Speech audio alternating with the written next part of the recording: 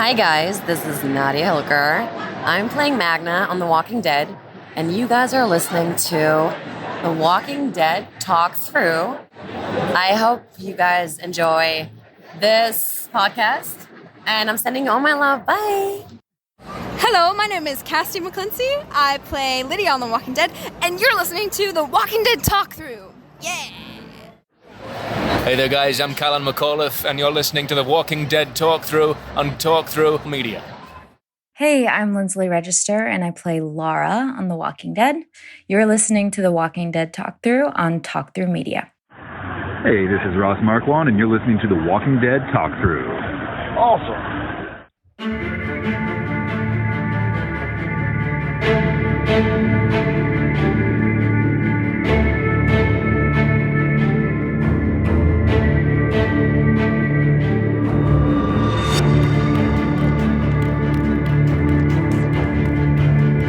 Hey, survivors, welcome to episode 145 of The Walking Dead Talk Through and Tales of the Walking Dead Talk Through.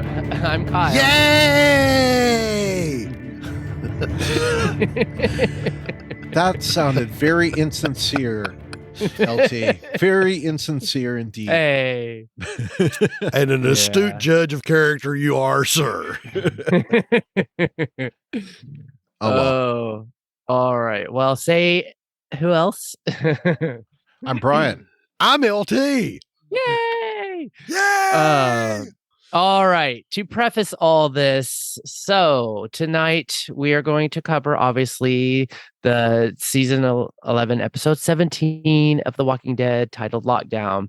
But because of, all the farm crud and being behind on covering Tales of the Walking Dead, we decided to cover at least like the last episode that we didn't cover on first, and then next episode, which we're actually recording tomorrow, then we'll cover the finale of season 1 of Tales of the Walking Dead.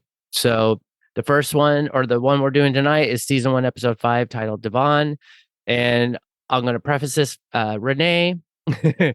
I thank you always for all your voicemail that you have sent, but with the time and trying to get these out so we can be caught up, I'm going to go with your written feedback, and I was not going to play the voicemails that you sent. So I know you've said just pick one or the other, but I know you have lots of things to say, especially about this episode.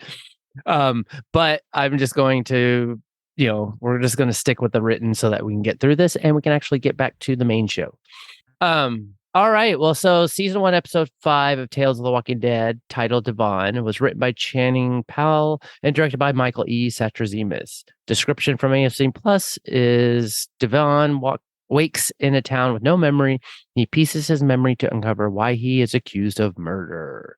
I didn't put any of our responses on here, so I don't know if you want to give a ratings, because I didn't really have one when we were trying to do this back in the day a few months ago. Well, I will say this was my least favorite episode of Tales of the Walking Dead until episode 6. All right, well, we'll take that then. So that means it's my second to last favorite, second least favorite of this. It was barely okay, and my biggest issue with it is it did not feel at all like The Walking Dead, or for that matter, zombies. It just didn't. Neither of them did, and we're not going to talk about the other one, but that was my biggest issue with it. It just didn't feel. Yeah. It reminded me basically of some undergraduate art student who has a minor in film production that got together and made a movie with his friends after sitting through a semester's worth of the film as art. Oh, you took the words right out of my mouth, because that's exactly how I basically took this, and I've thought about a more eloquent way to say it, but it basically took this film noir knockoff with, I wouldn't even give it the credit to say it's a half-ass storyline. It's maybe a quarter-ass or an eighth-ass storyline. And they just took at the last minute, dabbed the brush in Walking Dead and went, tick-o-tick-o-tick, and just put a little swash of Walking Dead on it. Yeah. So they can say, see, it's Walking Dead. Yeah. And I'm telling you, and I may do it later. I don't know. But this is like, seriously, one of those movies. It's like one of those movies you go see at that little crappy rundown converted convenience store movie theaters that's next to a college campus. And there's lots of clove cigarette smoke in the air and it smells like patchouli. And there's a bunch of really pretentious people who are sitting there going, oh, but it is such an artistic masterpiece. Look at the way he plays with the light and the dark. Does it not wrench your soul to see? And I'm like, nope, not even a little, Bubba. Oh my gosh. Anyway. Yeah, so I felt the same way. I was already in a bad mood with already dealing, with farm stuff. That I remember, I watched it when it aired. And my husband is not a fan of The Walking Dead. I think he kind of got over it after probably Negan and then just some of what was season 7 or 8 or whatever that was just kind of dragging along. So he already is not a big fan, but then he was enjoying some of the episode 1 and 2 of Tales. So he's like, no, I kind of like this. It's completely out of, whatever. So for me sitting there and then we're watching the show and I literally was just like, what the bleep hell is this? And I don't know, by the end of it I was like I don't understand why I even watch and I am not happy. I was just like, I was like ULT, I was just like, it felt like basically the showrunner let their college film student basically have an episode oh, here, have fun with this. And I just, all the tricks with the camera focus and all the flashing and it was old, it looks like you're watching an old film or whatever. And then I didn't understand the story. And I think actually Renee said in her she had mentioned in her voicemail from when this episode aired or whatever that it's I was watching some M. Night Shyamalan movie. Yeah. No, it's not an M. Night Shyamalan movie because occasionally his movies are entertaining. Yes, but then also he does miss the mark a lot, which is yes, I know. i.e. The Happening. I know. So this had that whole same feel like that, and I was just kind of yeah, I'm I don't besides the Bob Ross scattering of zombies, here and there, I didn't really understand how it even related to The Walking Dead, other than the fact that oh, here, we'll just sprinkle little zombies that are just crawling on the ground, and then the main one, whatever. Anyways, I was just okay, and I don't get it, and so I was not happy. So I was gonna poop all over this when we were originally going to do this episode. Yeah, but it's it's some poop has the ability to lose its scent right away, but there's other kinds of poop that seem to linger, and I think in the case of these two episodes, they're of the lingering variety. The only thing that keeps me trashing this episode harder than I already have is the fact that I saw the episode that comes after it. Yeah. If anything, that helps because, I mean, I didn't care for this episode, but I cared for the final episode even less. I went off like a cable-rated WWE table announcer. It was not pretty, kids. There were flipping chairs and thrown water bottles, and expletives that would make sailors blush and run away. Well, save that for next time because we're only covering episode 5 today. Yes, we will. We will cover it. We will do that next time. But that's my issue with it. I mean, there were elements of it that I liked, but like I don't know. As a French Canadian, I thought it was kind of interesting that they focused on some town in Maine that is French. I don't know why that was a plot point, but it was interesting. So, gotta represent, I guess. I guess. Well, see, I didn't even get that it was in Maine. I was going, how did this guy end up in a cabin full of French people? Did he fall asleep on a boat during a hurricane and wake up in France? He got blown way up north. Well, quite honestly, that would have made even more sense. Like they should have done that because that would have actually been a good segue to the Daryl Dixon series, like Daryl's Big Road Trip. Why didn't they do that? I mean, there was nothing in that made it that they had to have it in Maine, and I don't know. That just But to me, when you've got a guy who's been hit in the head and is like hallucinating that the zombie is talking to him, that's gonna fail. It's gonna fail Walking Dead 101. Yeah. The zombies do not talk to you, So I don't know. It just it went a different direction than I thought it was going to go at the end. Mm-hmm. And I didn't mind the end, but I just in fact, I think I've talked more about it than I would like to, and I'd like to move on. Okay. I will just add one note though, is like that they cast Jesse T. Usher from The Boys in it, A-Train, that I was super excited whenever I saw that and was like, oh my gosh, like what's this, I love him, he's great in The Boys. And so I'm like, like the cast that they put in this series was like really above and like over the top, like, wow, this is like going to be good, to then what we got to being like, why did you even agree to do this?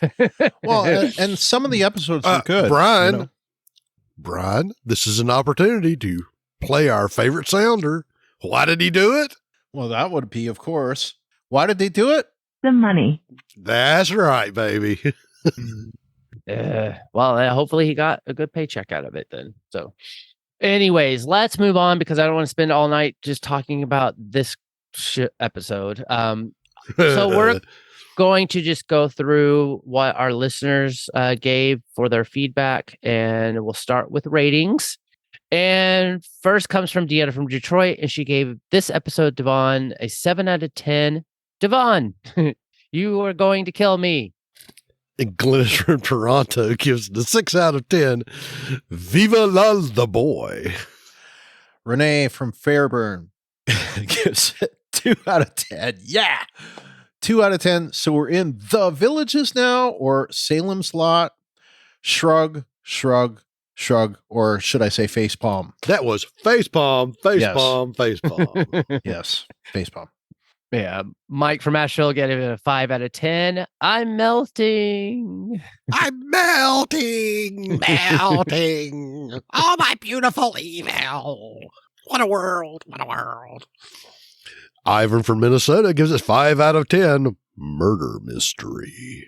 And Teresa from Florida gave it a 4 out of 10. A 4 out of 10. Just a 4 out of 10. That's all she gave. Well, that's about all it needed, right? It was 4 out of 10. Mm-hmm. No, didn't need any more than that. All right. Now we go into our awesome sauces. Deanna from Detroit, her awesome was like, I can't think of anything awesome except for the handcuffed walker. How was it not chomping at him? Was it because the face was melted off? Okay. Glennis from Toronto says that Easter egg when Davon asked after his shoe when recovering on the bed, and Nora gave him his treasured picture of maybe his family. The card behind just showing was the PPP card. Still wondering, what does that card open? Hailing back to the last trace of Heath, when Tara found that card left behind in the tire tracks in The Walking Dead Season 7, Episode 5, Swear. Davon also looked a lot like Heath with his glasses on. Oh, so you think this might have been like a replacement Heath? It's pseudo Heath. Don't think so, because his name was Davon. So, but I did not notice the PPP card. Yeah, I didn't know something either. So good on you, Glennis. I completely missed that. So, and she goes on to say the fractured kaleidoscope visual effects were well done, seeing it from Davon's perspective and only sharpening and clearing the images when he got back his glasses. Yeah. I'll do the next two. Okay. Renee from Fairburn, she just has, Davon is so cute to me with smiley with a kiss ×2. Mike from Asheville says the village had a very New England pilgrim feel. I love that for a setting. And then Ivan from Minnesota says Davon was a good actor and fun to follow. That face melting scene was one of the more brutal deaths from the Walking Dead universe. Okay. And Teresa from Florida says, I love me a good whodidit mystery with the villain getting his or her comeuppance in the end. Well, that he did. Yep. Yes, he did. All right. Well, then that leads us into our week sauces. Glennis from Toronto's week is the sax music in this episode reminded me of the Mike Hammer TV series theme song. Although it didn't really suit and really work with this episode, Davon did have a mystery to solve, but he is no private detective for hire. She did a little smiley face. And that song is Harlem Nocturne. It's one of my favorites. Ivan from Minnesota says how choppy the episode was because it got hard to follow at times. Also tired of the talking walkers and hallucinations by now. Frowny face. Yeah. And lastly, for our week sauce from our listeners here, Teresa from Florida, she says it in a very, very plain way that I have to 100% agree with. This just was not The Walking Dead. So very disappointed. This story reminded me of American Horror Story, a very bad AHS. However, I watched to the end because I love The Walking Dead. I'm here for all of it, the good and the bad. I hear you. Yeah, it didn't feel Walking Dead to me. Nope. Not at all. Mm-mm. If anything, that's the main issue that I had with both episodes. It wasn't so much that they were terrible, well, maybe they were, but my main issue was they just didn't feel like The Walking Dead. Yeah, Yep. I agree because I was like, that's why I enjoyed episode 2, Blair Gina, because that was very in The Walking Dead. Although it was a completely new way of like the story was just kind of like, they went totally the time loop and Groundhog Day. And then it's like, oh, but was it even real to begin with? But it was still in the universe. We still saw the walkers. We saw the start of the apocalypse.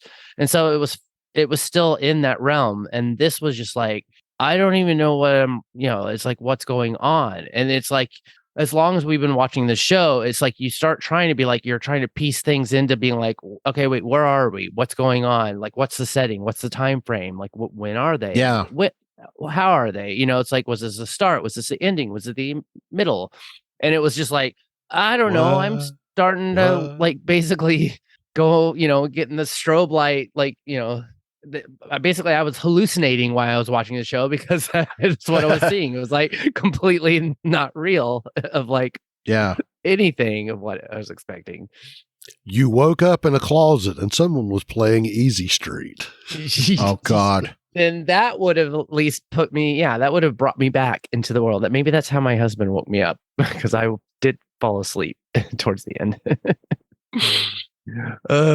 Anyways. All right. Well, thank you all for those week sauces. So that leads us into our what's. And we got a few. And the first one comes from Dieta from Detroit. And she says, what sauce. So that's how they kill somebody using the bulldozer digging thing to crush them in a car. Where do they get that machine, first off? Second, why use a resource like that to off somebody? Just feed them to the dead like they did the killer. I'm sure the vital resource helped build the walls or dig ditches to keep the dead out or something to keep the community safe. Well, right. And they used the backhoe so that they would have the slow death machine effect like a James Bond movie. Yes. And give them plenty of time to escape at the last minute because that big car that they were crushing with, it was just like, it was just silly. Yes. So, next is Renee from Fairburn, who says, I want to make sure I counted this right. Because Renee says, where are the freaking zombies? Shrug, shrug, shrug, shrug. We did see some. They just were not. Yeah, but come on. Come on. We saw some, but they were not like. They were in the bottom of a pit. They were not. They were not an existential threat. They were just a freaking plot device for the denouement. Denouement. Yes. Mike from Asheville said, most of the episode, I didn't understand what was happening most of the time. I still don't fully understand why they killed the kids. I heard the explanation, but why?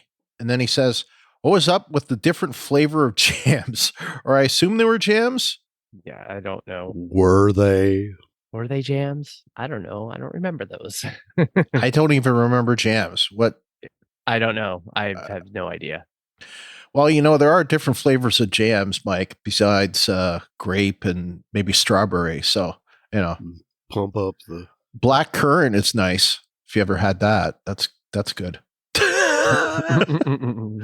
I don't know. And you could have a nice raspberry jam if you want to do the Schadenfreude thing. A lot of I will say that I agree with him. A lot of it was kind of like, what the hell's going on? Like, and it was kind of one of those types of shows where you don't fully realize what's going on until the end. Mm-hmm.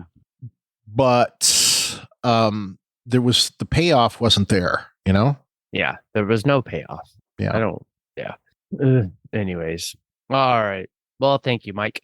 All right. Well, we didn't have sad, or I was going to bring an oh hell no, because I think that was to the next episode that we'll cover next week or the next time we record. So this goes into our feedback. And so the first feedback comes from Dia from Detroit. She said, I had to kind of piece together from the main thing that she said between her Wattses and Awesomeses. That sounded like a hobbit right there.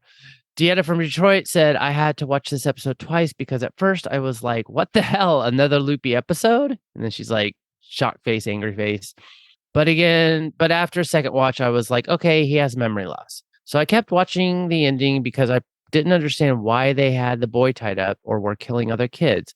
I probably should have put on the closed caption because I definitely missed the why of the Salem style killing of a murderer. At least that's what crossed my mind based off the way they were talking and acting. This was an okay episode, in my opinion. Loved the handcuffed walker talking to Davon. That was comical. Not sure if he was dreaming or what. The actual episode was a little confusing with the sequence of events. Still didn't get the reason why they were killing folks. Oh yeah, I love how Davon escaped while the townspeople were fighting each other and just like rolling on the floor laughing emoji. Yeah.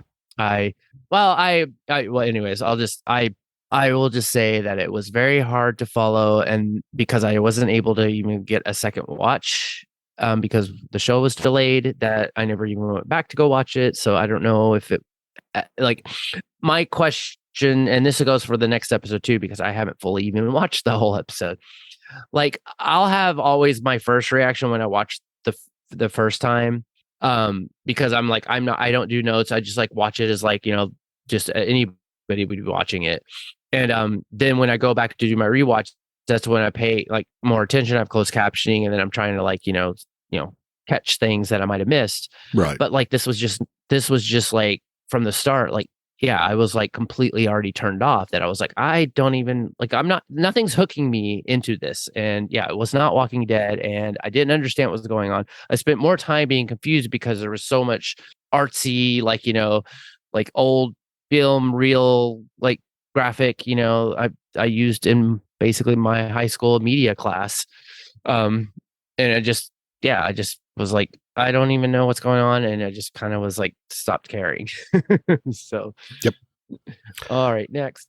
So Glennis from Toronto says that French community looked as if they were right out of the Dark Ages, even a cult vibe going on for them. Dressed the way they were, with the women in drab sack-like dresses and the men in old dated coats. It wouldn't look out of place and looked very similar to a story plot point in an episode of Outlander. The scenes almost look like a 16th century Salem witch hunt, with the townsfolk searching the woods with torches and maybe pitchforks, and the more Davon pleaded his innocence, the worse the murderous mob became, thirsty for blood and vengeance. Is this French community linked in some way to why Daryl ends up in France? Oui, oui. I don't know. Mais oui, Josephine, I'm as sane as you. Just to be clear on that, that would be considered an Acadian group. So no, because Acadia are like outside of, moved to North America 400 years ago. Yep. So yeah, in the 1600s. So no. So she goes on to say that acid that caused Amanda's doom and her face to dissolve was so strange that it made Amanda look like a walker in double quick time. Made me wonder if some of that mixture may have been part of the concoction to kickstart the walker virus. Arnaud couldn't really separate good from evil with a mother like that. He was just carrying her philosophy to the nth degree. Amanda stopped short of killing her own son, as it was obvious his mind was warped and thinking he was doing the kids a favor by killing them and not having to struggle in this walker-infested world. A little like Lizzie going to the opposite extreme and wanting people to join the walkers. But Carol steeled herself to put Lizzie down before she could do even more harm. Sometimes murder is mercy. The community ended up morally no better than Arnaud. They also chose not to spare Arnaud, so ignoring Davon's word of wisdom of there is still life out there, there is still hope. So in the end, Davon also forsakes Nora and states in French, I will see. So what? He'll see and be searching for proof of a good life and a life full of hope out there. A little like the TWD survivors have always hoped for something better, but eventually all goes to hell. An example when Rick Grimes told the governor that they could all live together peacefully at the prison, and the governor called him a liar and went ahead and slashed Herschel's neck. All along, people make these conscious good or bad decisions along the way, and what they decide has far-reaching outcomes. And she finishes up by saying, waffling a bit now, so I'll make my decision and end this feedback now. Oh, thank you, Glennis. Thank you so much, Glennis. That was great. That was great. It was. I will take the last two so we can segue right into the good stuff. Renee from Fairburn. She says, I was really hoping to see how people reacted in the beginning of the apocalypse. Instead, we're seeing people have flashbacks and out-of-body experiences. Smiley face with, what would that be? That's shock face. Is that shock face? Those look like shock faces to me, sir. I think I need to put my magnification on. Anyway, shock faces, I can't with this show. And then Mike from Asheville says, I don't mind a mystery. I don't mind flashes of a memory to piece it together. I guess for me, it didn't work for a short format like this. I agree with Ivan. Enough with the hallucinations and talking zombies. The acting was good, but the story was just Yeah, I would agree. Same here. All right. Well, thank you all. That was our coverage of Tales of the Walking Dead Season 1, Episode 5, titled Davon. So let's get into the good stuff. So this week, or as we're recording a little late, and thank you everybody for all your patience and just thank you all. I preface this before we start, just like, It's this week because we say it is. It is this week because we say this, even though we're recording this on the Monday before next week. Just thank you everybody for all your patience. It's just been it's been very hard trying to deal with the farm and then trying to do this. And it was like, it got all out of control. And I'm like, I imagined in my head that I was like, oh no, this is not going to be that bad. And then like, and I had like, Tuesday. I'm like, we're going to record Tuesday, no big deal. And then the next thing you know, it's like, no, for 2 months, I'm basically stuck in my kitchen cutting peppers for 16 hours a day. Well, I mean, if anything, it'll prepare us for what to expect for next year. I mean, yes, so yep. Now we know how this is going to go. We'll have a better idea.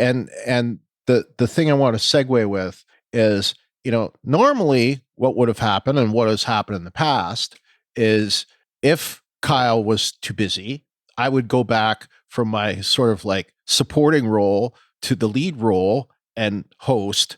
But I was busier than Kyle on some weeks because I was working 2 jobs. So I've been I got 3 months behind on the Star Trek podcast. So anyway, that was the thing. It's like I couldn't even think about editing or recording anything for forever. And it's like the reason why I say I was busier than you, that's not even true, but you'd at least respond. I wouldn't even respond. That's what I'm saying. It's like I was too busy to even respond to anybody. So, yeah. But anyway, it sucked. And in my case, I was, I just started a new job at the end of July and didn't give up my previous job. So I'm still working part-time, which should have been 5 or 10 hours a week maximum, instead was 25 to 30 hours a week. So it didn't leave me with any time. And both podcasts have suffered as a result, and we're only just starting to get caught back up on both of them. So yes. Yeah. And I was going to say I wasn't busy, but because I didn't have a responsible adult, they wouldn't let me do anything. So I just had to wait. I apparently need adult supervision. So. And it's one of those things. It's like we gotta get you editing and then that way, if we have a situation where both Kyle and myself can't do the podcast, maybe you could find a guest to come in and do that it. was the only marginally funny thing is that when we decided we were going to go with three hosts, then it ended up, well, what do you do if there's nobody around? Yeah. And it's worth saying we did have that too, right? Because you also were dealing with, being on call, and you had some pretty busy weekends there where yeah. So it wasn't just Kyle and myself, it was all 3 of us. So. Oh yeah. At one point it's like, well, can we do anything? And I'm like, no. Yeah. And then what do you think, Kyle? It's like, no. Yep. And it's like, what do you think, Brian? No. Cricket. Yep. Yeah. No response. Yeah. And no then 2 response. days 2 days later, it's like, sorry guys, I was too busy. No. Oh, well, all right. So let's move on then. Just remember, guys, we don't do this for a living. We really wish we did. Yes, we do. But we actually have real jobs outside of giving you the amusing and, pulse pounding commentary on The Walking Dead that you've so grown used to. Yeah. And we have the best listeners because I know I got a lot of comments whenever I would post my updates. So thank you all. And things are going to get better. So we're going to get back on track. Buy some chili powder. All right. Season 11, episode 17 of The Walking Dead, titled Lockdown, written by Julia Ruchman and directed by Greg Nicotero. So he makes another directorial debut. Description from AMC Plus is Daryl and Negan rush to the Commonwealth in order to stop Hornsby from going after their families. All right, that leads us into our ratings. LT, you want to start with yours? I gave this episode a 9.8 out of 10. High Speed Negan. High Speed Negan. Nice. It's not the first time we've seen High Speed Negan either. It's true, but just so I can say it, they were talking about doing the stunt where he was in the car chase, and they said, "Yeah, we got Jeff to get in the car and drive around for a while," and he was just, driving around giggling to himself. I'm like, and you could tell he was having a lot of fun doing it. Oh yeah, that's true. Yeah. Well, I gave this a 9.99999. Quentin Nicotero, Blood and Guts Part 2. I saw that he was directing it, and obviously there was lots of walkers, lots of blood. But there were no bare feet, so it can't be really Quentin Nicotero. Oh, but we didn't see. Maybe it was off screen. Nope. If it's a Tarantino film, you see bare feet. Sorry. Bare feet. Okay. Well, I'm going to give it a slightly lower rating, but still a good rating of 9.5 burnt blueberry pancakes. And I think the only reason why I give it a 9.5 is because I had seen the next episode at the same time that as I saw this one and liked it more. So that's why this is a 9.5. But I'll say this at this point, and Kyle can agree, we have both seen the first 3 episodes and they are awesome. So look at the pancakes, Judith. Yeah. So if the next 5 are like the first 3, we're going to have a great 8 coming. Yes. Yep.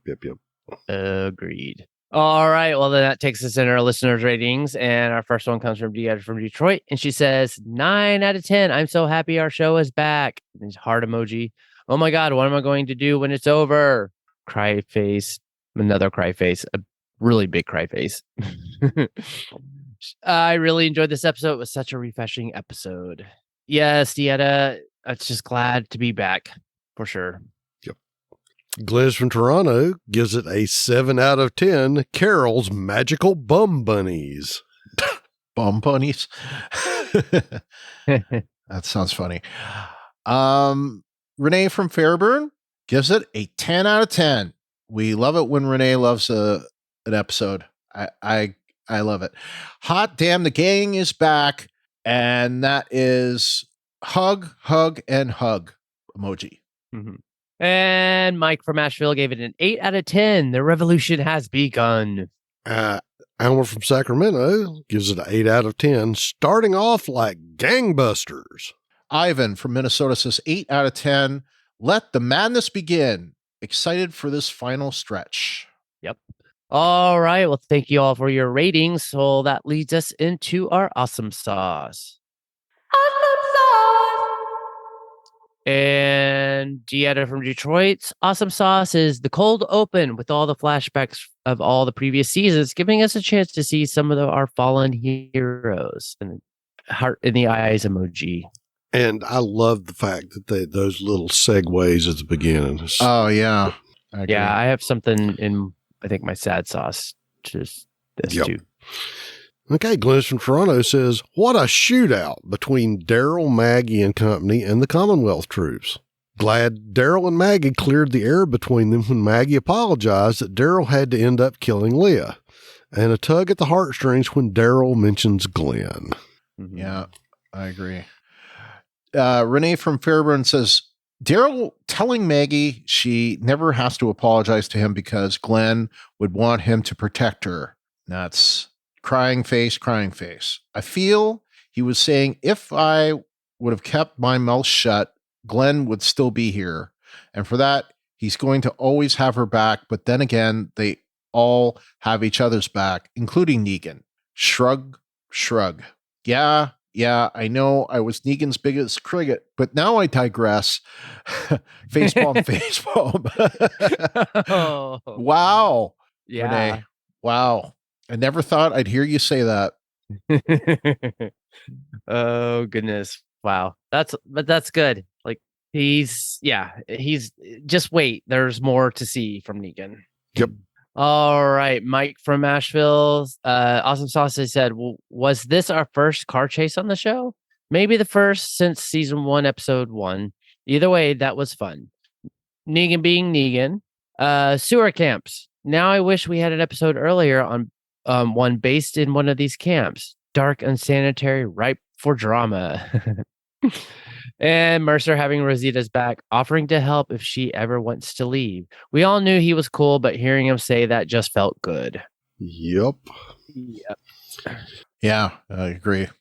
Because Alma from Sacramento says, loved the beginning. It totally tugged at my heartstrings. Can we talk about that car chase? Though it shot very well, I was a little, and she's like, has a raised eyebrow and kind of an eye roll, only because it's so far into the ZA and they got cars in great condition. Lol. And she finishes up by saying, and mother fucking Negan, coming in clutch for our people is totally awesome. Yeah, I'm sure someone will have something to say about the gas. Mm-hmm. Ivan from Minnesota, he says, a lot going on in this episode with Lance going after Daryl, Maggie, and others.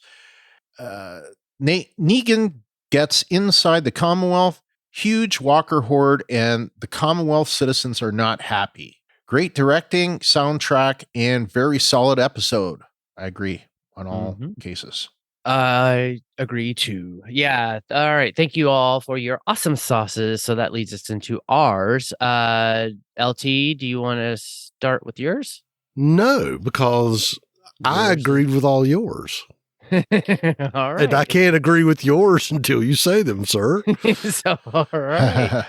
So then I will let Brian, do you want to get yours first and then I'll do mine? Sure. Not a problem at all. Well, I particularly enjoyed the exchange between Negan and Mercer.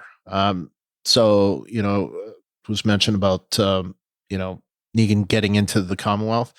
That whole scene, like when Mercer says that they have rules and Negan says, well, if no one else follows those rules, then why do you?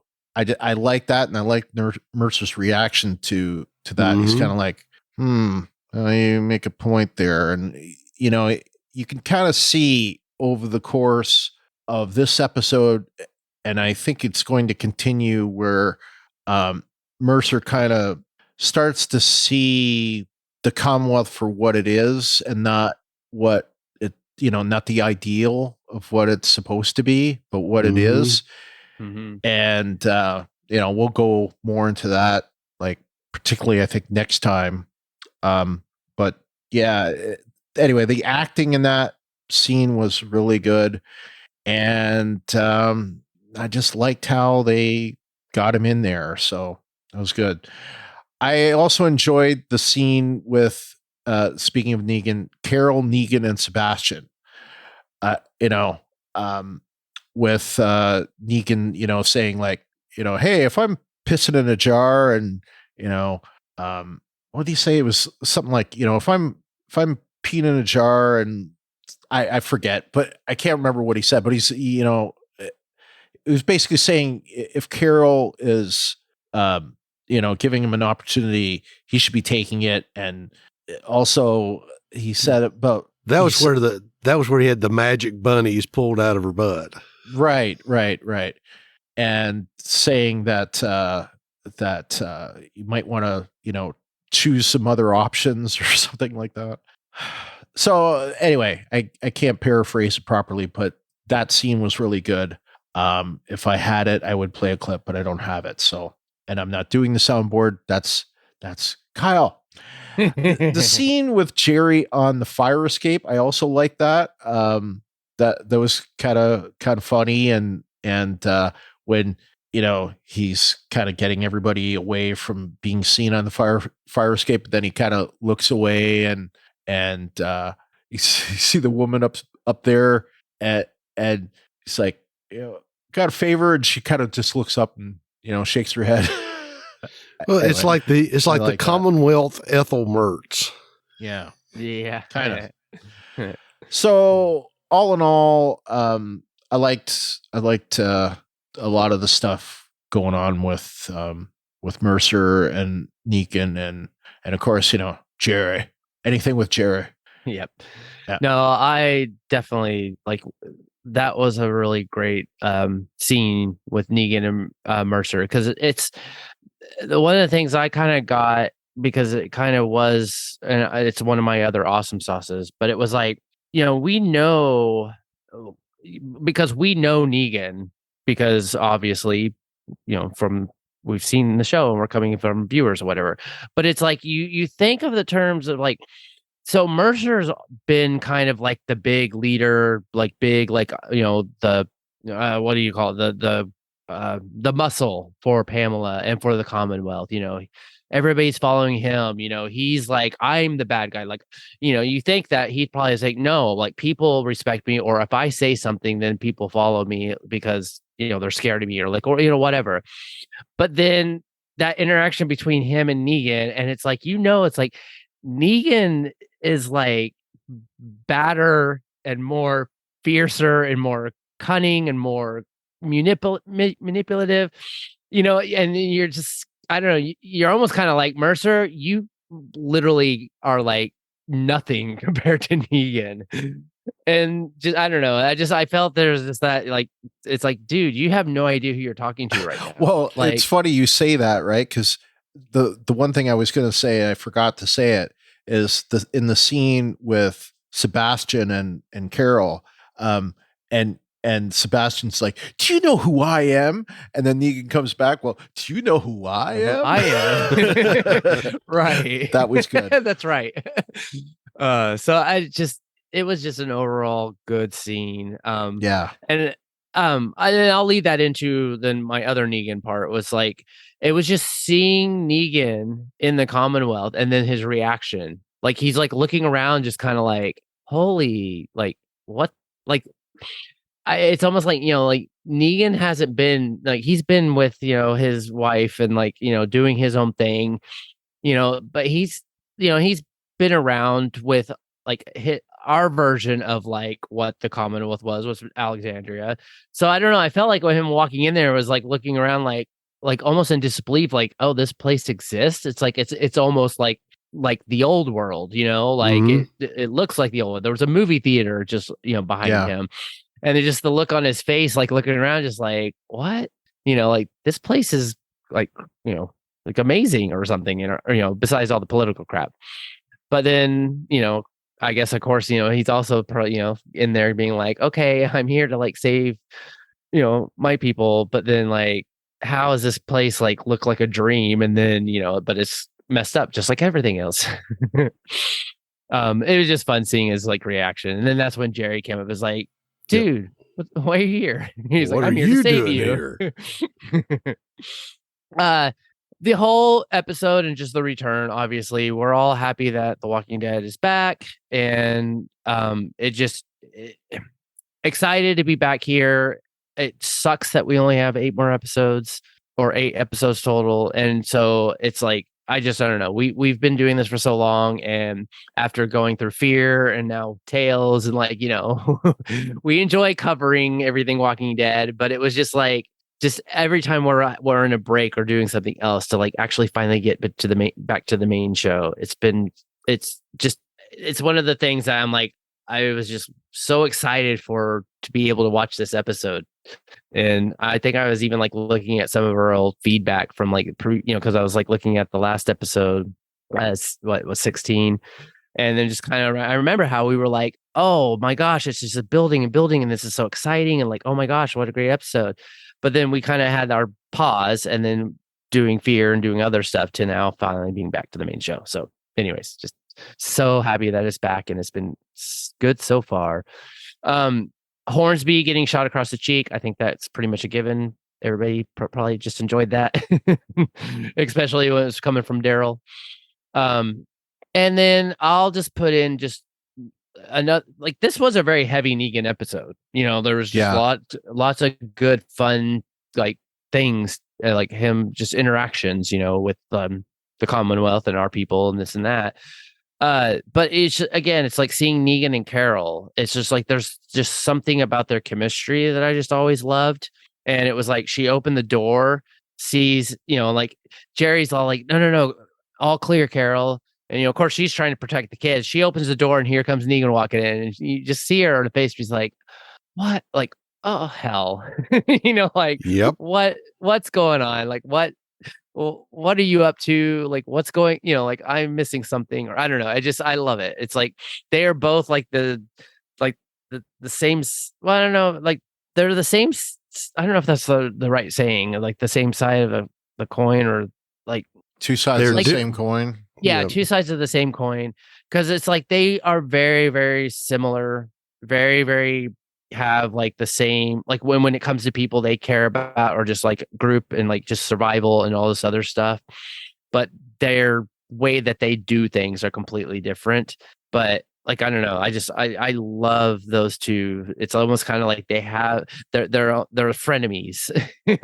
Like they both rely on each other when they need each other to like carry on the better good, but then they're going to stab each other in the back if it comes to it. So anyways, that is all I had for my awesome. I mean, the whole episode in a whole was great, and like Brian said, I'm like, we've seen next, and it gets better. So excited. All right, LT. Well, besides I kind of have to agree with a lot of stuff that you're saying. And I think the thing I've enjoyed about this episode and the episode in the future is that we survived some pretty weak episodes. There was that one section that we were all going, come on, guys, can't you do a little bit better? All of our commentary of Daryl Dixon down by the river. Daryl Dixon builds a cabin. Daryl Dixon loses a cabin. Yeah, and I don't want to dish on it too hard because it was good, but it wasn't like this good. Whenever they said, well, who are we going to send into the Commonwealth that they don't know? And they all looked at Negan, and I'm going, oh no, this is going to be good.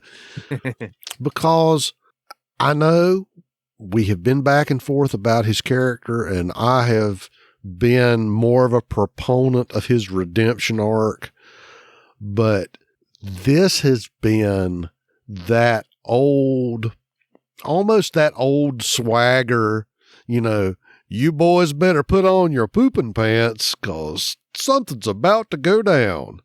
The old swagger Negan, but this time he's on our side. Mm-hmm. And even with all the stuff that has happened, he's still come through in the pinch. And just when he was, like you've talked about, when he was in that, after watching him do the driving, when he's going, man, I miss this. I miss having a car going fast. But just the look on Jeffrey Dean Morgan's face when he was sitting in that chair in that interview room, kind of leaned back with his legs kicked out. Mm-hmm. And he starts with Mercer, and I'm going, oh, this is going to either be really ugly or this is going to be really good. And it was really good. One of my things that I'm going to throw in here is the fact that Bald Guy and Pseudo Stephanie are apparently, Lance's go-to operators. And I'm just wondering, I'm really hoping that someone gives them a little justice. And I'm not saying it should be Eugene because, that would be too easy. What I'm hoping is that we get a return of, gut poncho terminus Carol. I want them to die horribly. Yeah. Yeah. They're just like, they're annoying in the sense that it's like, they just always pop up at that time. Yep. Like, oh, because gosh, no. and we like, know they're up to something. right. And that bald guy comes from the what's his name? Mike. Oh, I can't think of his name. He's got those same like dead fish eyes that Jonathan Davis or whatever has for Breaking Bad and Better Call Saul. Yeah. Oh yeah. Yeah. I have to agree with you too, Kyle, that when Hornsby got shot, I'm thinking to myself, what would be worse for such a vain little man than to now have a huge scar across his face? And I was almost expecting him to do the Two-Face, put a scratch on that coin he's flipping. And I'll just say I'm going to giggle like a schoolgirl the next episode we talk about Mr. Hornsby. Yes. Yes, me too. Yeah. And yeah, I thought it was really cool to get Carol and Negan back together as far as an operations team, but it's still, when Negan was walking through, downtown square of Commonwealthville there, I'm betting he's thinking, if I'd had a little more time and a few more bodies in Saviorland, I could have done something like this. Was nice. They got a record shop and they have ice cream and absolute props, because when Jerry was going, Negan? Yeah. It's just like, what are you doing here? And, I was expecting him to say, I'm saving your ass. So, yeah, I enjoyed it. I also enjoy, I'm just going to throw it out there, I'm glad that Eugene and Max are still together. So am I. Yes. Because I'm sorry, Dr.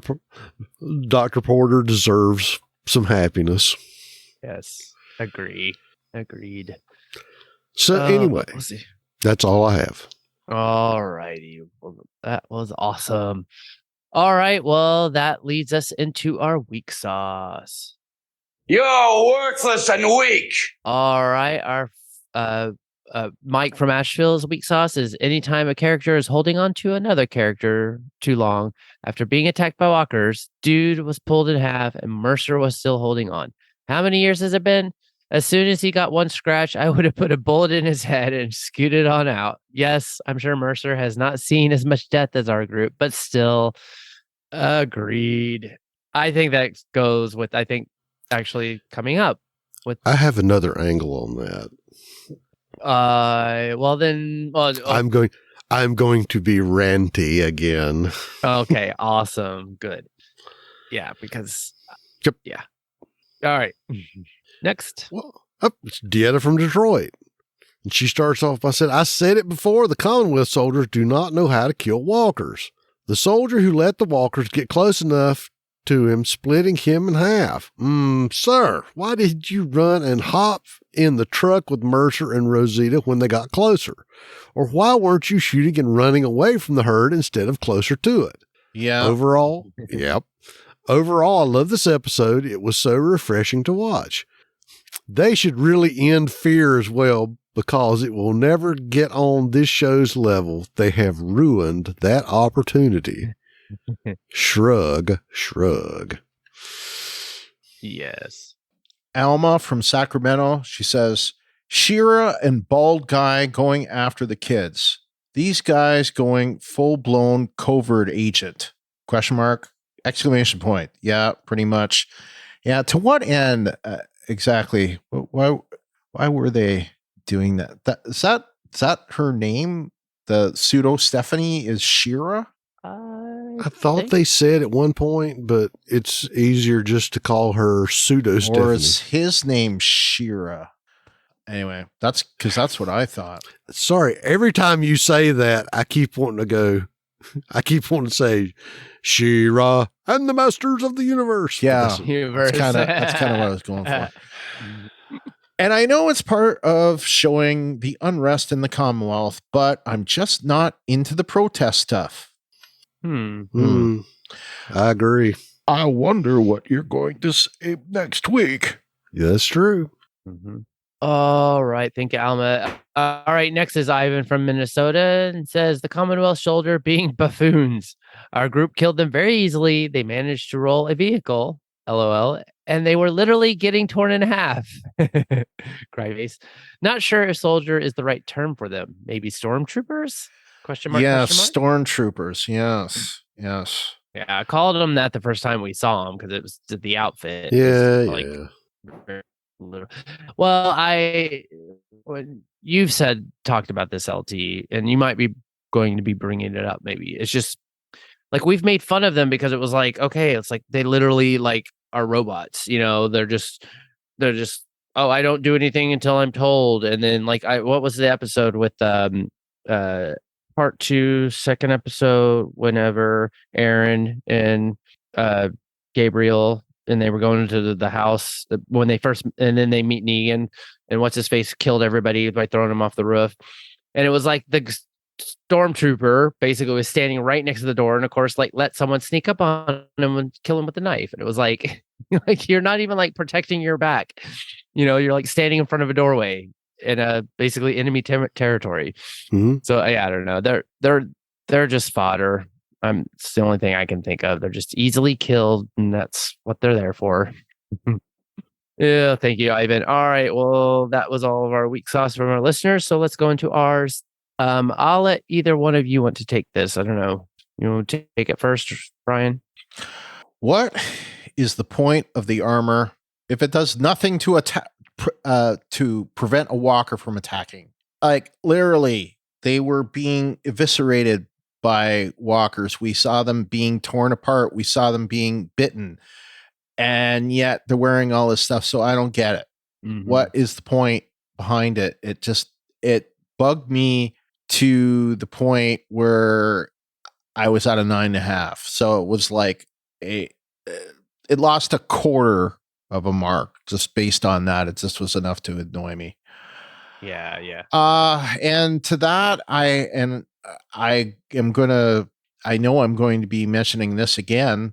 The whole time and distance thing, the ever popular time and distance thing that we have, not to the extent of, Morgan falls asleep in the back of a semi and wakes up and it's Mississippi. Not to that extent, but like I kept on asking myself, well, how long did it take them to get from there to the Commonwealth? Like, how far away were they from Alexandria at the time? Where is the Commonwealth? Isn't it supposed to be, we think maybe Ohio? Ohio to Virginia, that's not like, yeah, it's not that's not like, Alexandria to, I don't know, Richmond, Virginia or something like that, which we've seen them do. It's not like that. It's more like, I don't know, I want to say 6 hours. Well, if it was Cleveland anyway, when I lived in Cleveland, it was a 6-hour drive to go from suburban suburban Cleveland to suburban, DC, Virginia.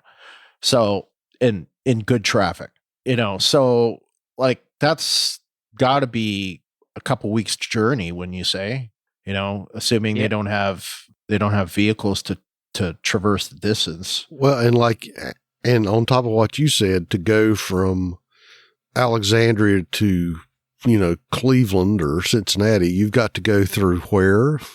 Kentucky, mountains. Yeah. Well, no, you don't have to go through Kentucky, but you do have to go through West Virginia and Corvair. I'm just saying you have to go through the mountains. Yeah. Yeah. And it's just, I don't, it's been a problem, as we know. I mean, maybe finally the one show that won't have this problem will be the Dead City when it comes out, because it'll all be in New York City. So, but even that will have distance problems because, they got to get there. Yeah. I mean, how long is it going to take to get from, say, Manhattan to the Bronx? I mean, I don't know. How long does it take in normal times? I don't know. I've never even been to New York City, so I'm not even it's the right always, person to ask a question. It's always travel at the speed of plot. Right. Yeah. And that's, what I kept thinking is that these things are these things going on at the same time? Are they going on at different times? We don't have an idea of that. So it just, anyway, it's enough for me to notice. It's enough for me to get annoyed. Yeah. So that's all I'll say. Yeah, and I'll just comment on your armor thing because it is kind of one of those things where it's like, okay, it's one thing to have like, okay, well, it's like a uniform, like them not saying being specifically soldiers, but like, oh, here's like, the authority and like, oh, they all look the same. Yes, that's how you can identify them, this and that. We saw basically like in Fear with the CRM and they have armor, but it's useful and they've shown it being useful. It's like it protects them from bites and this and that. And the Commonwealth soldiers like have this armor and they are an authority and you expect that like, oh, well, obviously they're wearing that for protection. But we see so many times where it's just like, oh, a walker stuck up behind them and they just immediately rip right through them. Well, and it's like, yeah, you're like. And I would say, let's consider the life experiences of both of those groups. CRM has actually had to fight walkers, and the Commonwealth really hasn't. So maybe their idea of what would be a good idea for armor hasn't really evolved from the old days. Because to me, it seems more like riot gear. It's padded. It's designed to absorb impacts. It's not like the anti-chompy suit that CRM has. It has. Well, okay. Then that's well, then that adds another question. Then it's just like, oh, well, then how are they able to survive this long? They just have more resources, and that's kind of it. They've been able to survive because they have resources. Because if you think about it, the walkers that were inside the gate at the Commonwealth were from inside. Those are not walkers from outside. Those are fresh dead from the hit squad. And, I'm just saying that it's a different experience because before I don't think they had any herds. So if they were killing them in 1s and 2s and 3s and 4s, you don't build up that muscle memory like Daryl has, where he can just go, chunk, chunk, chunk, chunk, chunk, chunk, go right through the crowd with not even thinking about it.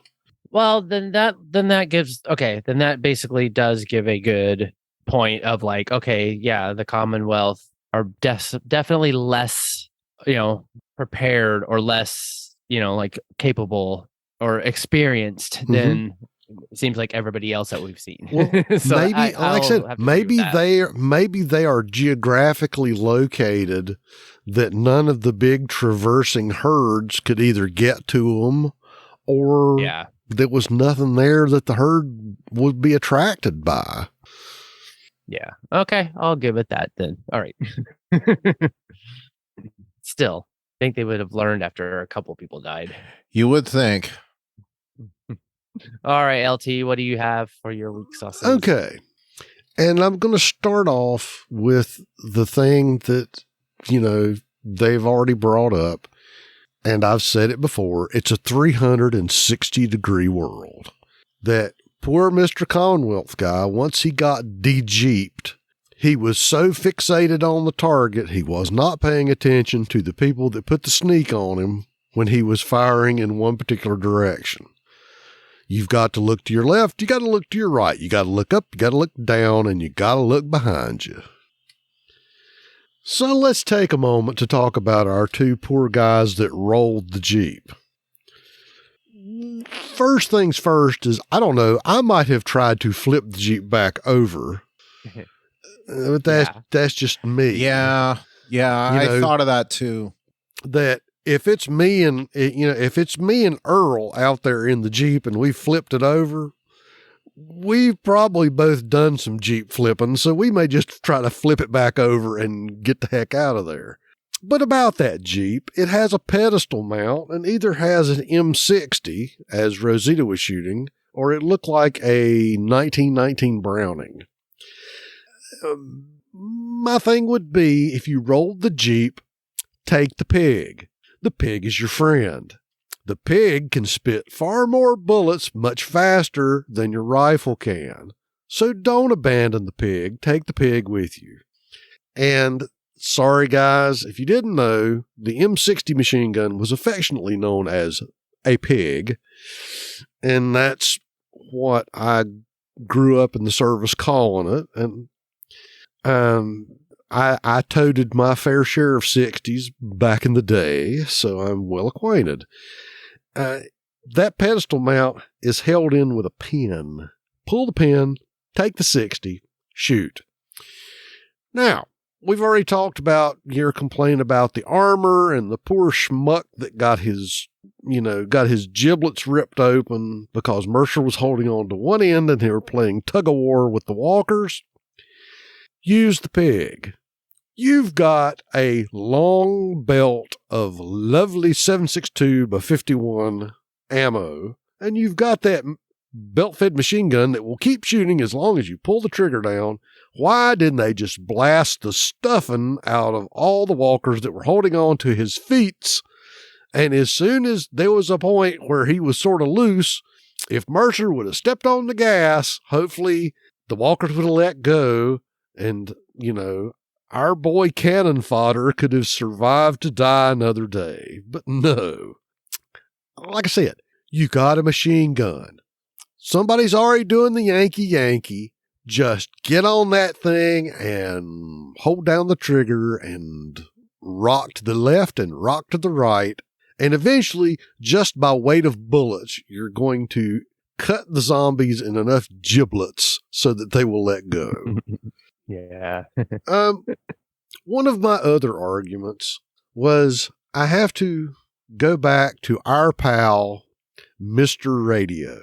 Mr. Radio died a horrible death at the hands of Maggie and Mrs. Negan. And do you know why he died? Do you know why Mr. Radio died? Because he went alone. Never go alone. Yes. Always take your battle buddy. If you don't take your battle buddy, you die. If you take your buddy, that means you have 4 eyes, 4 ears, 4 arms, and 4 legs. And going back to my original point, then it's only a 180-degree world if you have a buddy.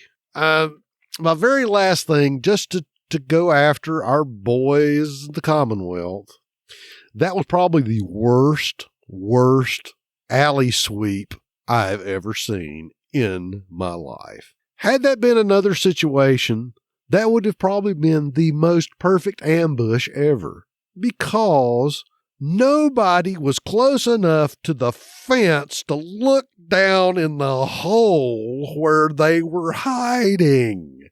They weren't that far from the edge of the street. It was sidewalk, fence, hole. It's not like they were way far off of the route of travel, because you could still see most of the guys that were walking by. And I'm sorry, Commonwealth guys, you're blind. You're blind and you're not paying attention, and you're not looking down, and you're not looking up, and you're not looking in obvious places where people will hide when they see your big white, red candy striped butts walking down the street. I mean, seriously, absolutely worst hiding place ever. All he would have had to have done is walk to the freaking fence and look down. And it's like, hey, they're down here. And sure, maybe that guy gets shot, but then all you have to do is hold the exit and bum rush them at your leisure. I'm just saying. Yeah. And I'm going, how bad do they have to be? They have to be that bad. Yeah, that's like the whole TV trope of like, oh, like Well, look, I will. I'm actually a very the large. camera has to like be able to see them all. Well, so it's why like, it's why everybody developed the. Oh, and I've got to do it. It's why they developed the Charlie's Angels pose when you're searching a building. Yeah, gun up in the air. Worst thing ever. Nobody does that in the real life. The reason they do it on camera is so you can see the gun. Because if you were really doing a building like that and you were focused on my face, you would see my face because the gun is centered on my body, chest level, muzzle slightly down, my finger outside the trigger guard, ready to fire. Yeah. But that's not sexy, so you have to do the up by your head. Up by your head. Oh, you got to pose. You got to pose. You got to look good. Got to look good with that gun. That's right. So anyway, I just had to say it. No, you make good points, and it is what it is. It is what it is, definitely. It is right, and it's again, I guess there were weak points, but I definitely agree with what we were talking before. Though it's just like I guess I wasn't putting into context or putting it or going into that thinking that it's like, oh yeah, okay, the Commonwealth are definitely not as experienced and they look all flashy and look all this and that. And I mean, we kind of are going to start seeing this. It's just like, yes, I didn't think it's like obviously I don't think we thought that the Commonwealth was like anything. Well, this is just if great you and wonderful. Even if you want to include the guys that have been doing all these covert ops for Hornsby, the troopies that he's taken out that have done some of Hornsby's side missions, who have they gone up against? Well, a bunch of, we don't know. Farmers, gothy kids who live in crappy old apartment buildings. Who have they gone after that would actually pose a fight? Because I'm saying, even when Hornsby's picked guys went after Leah, how many of them did she take out? And there's just one. There was just one of her. Yeah, they were homeschooled. It's like, I know. I think that's one of the problems, though, that like it does come up, or like the problem in the thinking. It's just like you would think that after this amount of time, though, that those situations would have would have had to face those kind of situations. Well, you would think so, but apparently there were never any saviors or never any whisperers in the Commonwealth. No. Well, right. And it just shows how, I guess it's just, they have been that insulated. Hey, and maybe just like the realtor said, Kyle, it's location. Location. Okay. Yes. That right there. I get it. Okay. Yeah, I know. It's just, as a person who is, persons as us that we, review and talk about this stuff, it does come up. And so it's kind of like, wait, I'm scratching my head. Are they really that up? How could that be possible? But yeah. Well, I'll just throw it out here like this, Kyle.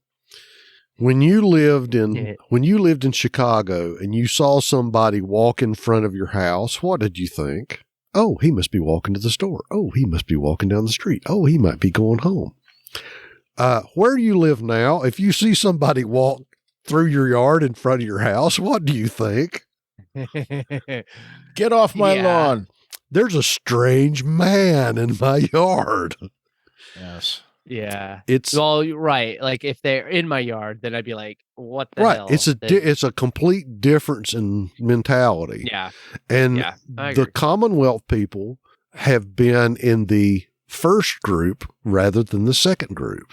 They're not, they had such a good screening process and they did so much stuff to keep people from getting in. They basically immunized themselves against any knowledge of how Walker World was actually going. Right. No, totally true. Agree. Yeah. Okay, cool. All right. All right. Well, if that was all for the weak sauce, then that leads us into our what sauce. What? which surprising, not I guess maybe not so surprising because I mean this was a really good episode. We didn't get any what sauces from our listeners, so that leads us into our own. And I didn't really have any. I do have to admit though, I was only able to watch this a second time, but very kind of like I was skipping around trying to like just get trying to like whatever. I was able to just watch it from start to finish and do my normal thing. So I didn't really come across any if I had any watts. But Brian, I guess you had some. You want to go with those? Well, we were talking before about the whatever he called those stormtroopers or whatever he would call them. Yeah. Obviously the one guy like literally got, eviscerated in a tug of war, and that yet again brings up the incredible zombie strength. And it's just like, okay, here is a live person, and these walkers that have been dead anywhere from, weeks to a decade or more, and they're able to literally rip the guy apart like this. Mm-hmm. So I just, I question that, of course. And I want to bring that up because, it just, I saw that, and we see that in a couple of places. Like the one guy who gets ripped apart during the car chase. Oh yeah. By the way, I meant to say this before. That's not the last. The last car chase that we had seen was in season 8. So that was the one between Negan and Rick, and and Simon was trying to basically cut off Negan so that he could take over, kind of thing. But yeah, so that was the last car chase. We've had cars play various roles in the past. There's that one from, I think, the mid-season opener from season 7 with Michonne and Rick, and they take the clothesline, and they're both on each side of the freeway, and they get all the walkers that are in between. That was a pretty cool scene, if you recall. Yeah, or the one when they were trying to go to the pharmaceutical plant and they end up high centering the charger on a stack of walkers and it gets stuck. Oh yeah. That's because it was Daryl, Michonne. Daryl, Michonne. Is it Bob? Bob, yes, Bob and Tyrese. That's who it was. Yeah, because I just remembered that they backed up over one and got stuck under the rear wheels, and I said, "You're high centered. You're high centered. You're not going anywhere." Right.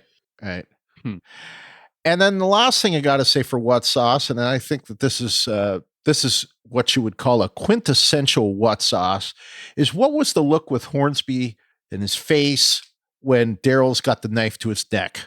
He had this like demonic look on his face, like he just had this like demonic smile, like, oh, you've just put me right where I want to be. I'm just looking, I'm going, what? Daryl. Yeah, it was kind of a what to go to, but this is not going to be the only time that we have a what sauce for Hornsby in this this part of the season, because I believe I'm going to have some things to say for next time. Yes. Sweet. Yes. And Kyle and I were talking about this prior to you arriving, LT. So we were talking about the whole thing about him, but I digress. Yep. All right. Well, I didn't have any what sauces, like I said, but LT, did you have any add? I've weeked all over this, so really, I was kind of not.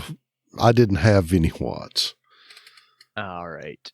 Well, not that I did not bring it back, but we're starting to get those, especially from from Tails was bringing back the what the hell sauce. So let's go into our what the hell sauce. Oh, hell no. And I'll now have to work on getting a better clip of that, because I think that was the old clip from Fear. Yeah, but still. Yeah. Anyways, what the hell? Our first one comes from Renee. She says, "Serious, Sebastian, you're going to throw a rock and hide? I wouldn't expect anything less from a spoiled, entitled, selfish runt like you." Cuss face emoji. Yes, he's gonna hide. That's exactly what Sebastian would do. Selfish runt. I like that. Yeah. Mhm. And our other what the hell sauce is Alma from Sacramento, who says, "First off's episode 16 left off with Oceanside and Hornsby flipping a coin. I need to know what happened." Agreed. And I believe that we are going to find out what happened. We are going to find out. Mm-hmm. So stay tuned. And as much as I love saying it, I think it's going to be courtesy of the one-armed man. The fugitive. The fugitive. Or Aaron. Yeah. Yeah. All right. Well, I don't think we have what the hell sauces on our own. No. So let's go into our sad and aw sauce. All right. Renee from Fairburn says, "I like Mike Rollo and Dieta Patterson. What the heck, dude? Shrug, shrug, shrug. Shoot and run, or just run and get in the truck like the other guy." She's talking about that stormtrooper being ripped in half. And then why the heck is Mercer still holding on to half of the guy's body? And what is the purpose of the Star Wars suits? Because obviously they only slow them down because the damn show don't protect them. Thinking face. I'll have to call an audible on that, Kyle, because it's oh gosh. They only slow them down because they damn sure don't protect them. All right. I should have let you read it then. And I think we've already beat up on the armor, so to speak. Yeah. So, all right. Next is go for it. Well, that's Ivan from Minnesota. He says, "Last opener of The Walking Dead. I can't believe it's here." He's got a big sad face. Yep. Yes, they are pulling all the, basically pulling at all the strings to get you all to tear up. I'll just, since that was the last of our listener sad and aw sauce, and I'll just go into mine since it kind of segues with his. It was just the fact, yes, we're getting and I'm assuming it's Judith that's doing the voiceover, but we're getting all these clips of just a past just of the past, and we're getting to see all of our heroes, those that have left us. But I noticed that during the commercials, because I watch most of the time I watch this on AMC Plus, and so I just watch it whenever. I don't I'm not watching it when it airs, but whenever I go to do my rewatch, I rewatch it from what recorded on my YouTube TV. And so then I get to see the commercials, and they're doing this heavy character, focus on each of our characters. I think even this last episode, there was the Carol one, there was Maggie. There probably might have been others, but those were the two that I caught, and they're highlighting and doing all this stuff. I don't know. It's I'm loving it, and it's I feel like they're giving us a basically this is an 8-part season finale, which I mean, obviously, yes, that's what it is. But I'm saying it's I would want to watch this from start to finish all in one, so binge and whatever. And they're giving us fans to be able to reminisce. Yep. After all this time, and I love that they're doing that. It's what makes it works, even if the episode is not perfect. It's that's what this is kind of, to me, is it's feeling more about. Like I said, it's my husband's not very big on the show. He doesn't really like it, and I'm like I wish he would give it a little bit more of a chance, but I think he's fallen out of it to where he doesn't really know what's going on. And so he's just like, I can't follow because I don't even know like what's this person doing and blah, blah, blah. Here's the thing, Kyle. These, since we can't talk about it yet, but we've had two, but they are giving us, the reminiscence tour. It was like that one starting thing that showed the hospital and, Rick in a hospital gown and the first walker. And, I love the one they did, the Carol one you talked about. Uh-huh. Daggum, I love that because you got to see her from the beginning when she had that horrible short haircut, and you got to see, I can't think of her name, but what's her dinger at the barn? Sophia. Sophia. You got to see Sophia at the barn, and then they showed that one scene of her with that little snub-nosed colt in the flower patch before she asked Lizzie to take a peek at the flowers, and they had the scene of her at Terminus, and I'm going, wow. Just the whole thing of Carol going from, somebody's punching bag to which she really was to our favorite gut poncho Terminator, I'm telling you, and bring the Pyrex back. It's funny. We're recording this on the 10th of October, and yesterday was the anniversary of the podcast. So we, we, and our first episode was covering season 5, episode 1, No Sanctuary. And that was still, in my opinion, the best episode of The Walking Dead. Yeah. Oh, that's fun. That's awesome. Oh, how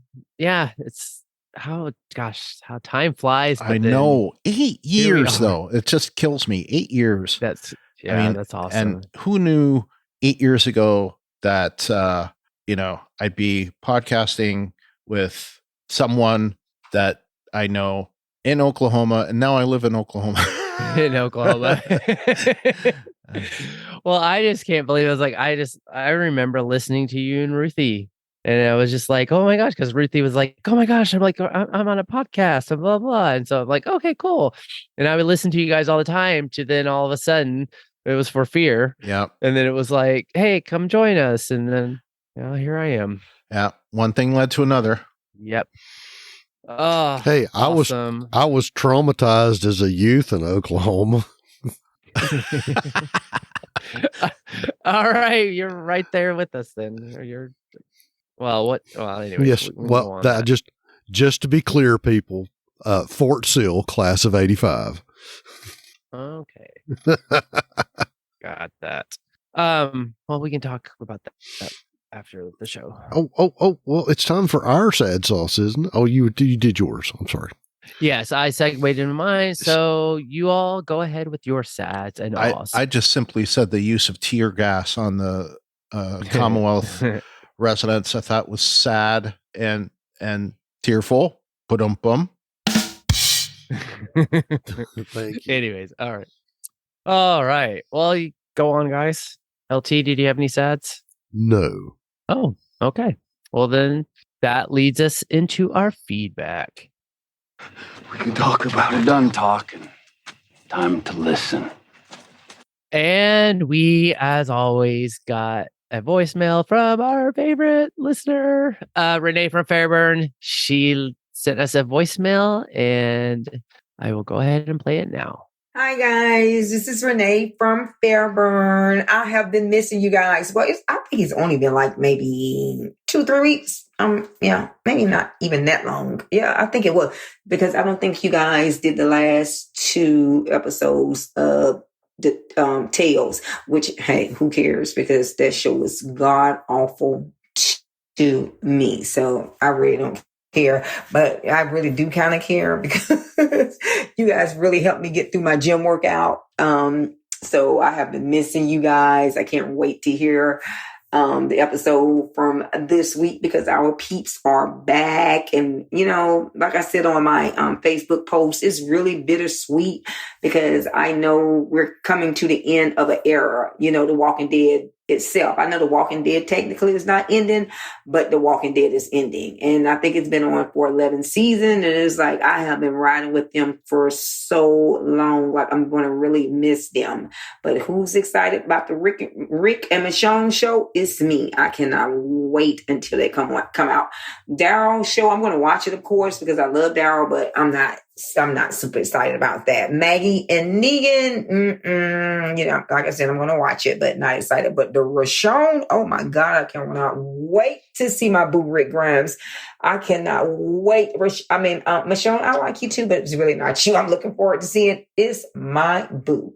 Oh my goodness, I cannot wait to see Rick Grimes. I promise you, I cannot wait to see Rick Grimes. I am looking so forward to seeing him. I really am. And what I'm really looking forward to the most is for him to find out about RJ. Like, that's going to be super awesome when he found out about RJ. I mean, that is going to be, I really feel like that's going to be a tearjerker when he finds out about RJ, because, he does not know that he has a son, not that anyone would ever be able to take, Carl's place, but just the fact that he has another son, I think he's going to be super stoked.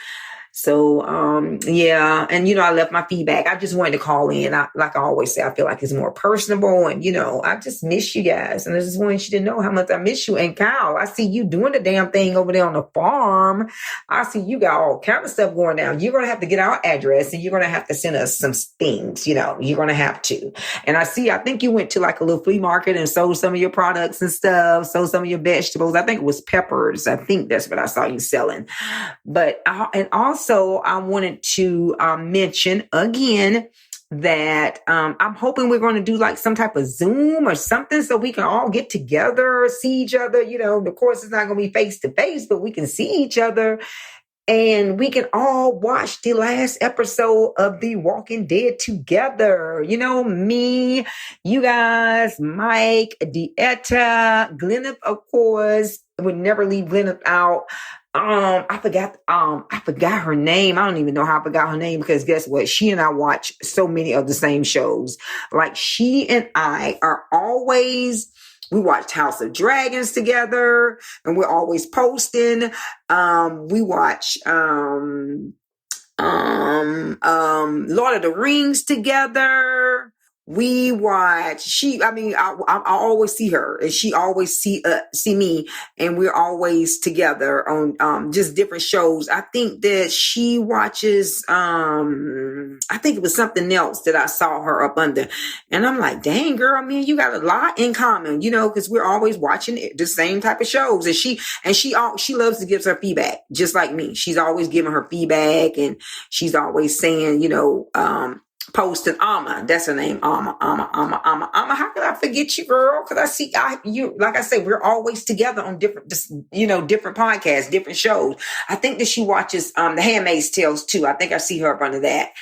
And so yeah, I want us all just to get together, and do a Zoom and watch the last episode together. So just a reminder, whatever you guys choose to do, I'm going to be there. Kyle, LT, Bryant, love you guys. Talk to you later. Bye. Thank you, Renee. Yes, I hear you. It's been just so hectic, and I think it's kind of part of the deal. It's like, there's a lot of things that we would like to do, and then obviously it's just a matter of time, and then it's also like, stuff just happens, and it's just the three of us, and that, or at least on this show. And then I know, Brian, you have the Star Trek podcast, so it's, which is also the three of us. Yes, true. So it is, but I think I like that idea. We'll definitely have to look into it because it's just more technically, how do we pull that off?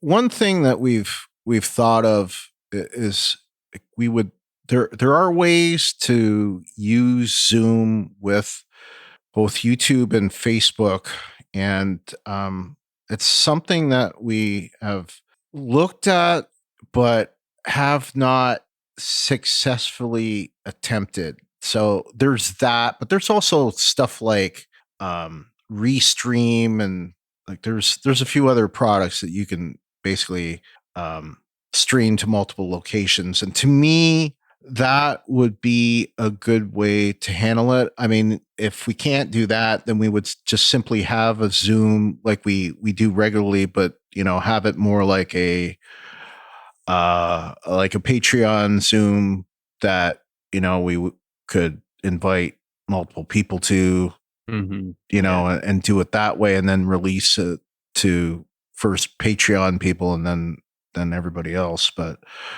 because you've done that before, but we just have not, like, because especially for times like this when we've had issues trying to do a show, like if we had something where we could do a live show and didn't have to edit it, it would just go out. And, we would be forced to release it the way that it came. That would be easier, just simply because we wouldn't be able to edit it. So, and you could see all of us in all of our charming glory. And it would basically mean if we screwed up really, really badly, unfortunately, it would be out there. So we wouldn't be able to hide it. We'll do it live. Do it live. Yes. It's just, there's like, especially the way how we do it. It's like, it would be like, okay, well, but that wouldn't be something we would post on the podcast feed to be like, oh, here's us talking, with everybody. Watching no, the episode. it could be. There's nothing to say that it couldn't be. It could be a YouTube exclusive. Like I'm thinking of Positively Trek, for example. I know those guys, or is it those guy now? Because it's what's his name left, right? Yeah. So anyway, they do a thing where they do their podcast straight to YouTube, and then it also gets it released. They do their review show for the episodes live on Saturday. Yeah. And it's the Unready Room. And I'm the one that came up with that. Nice. It was my suggestion. It was my suggestion. Nice.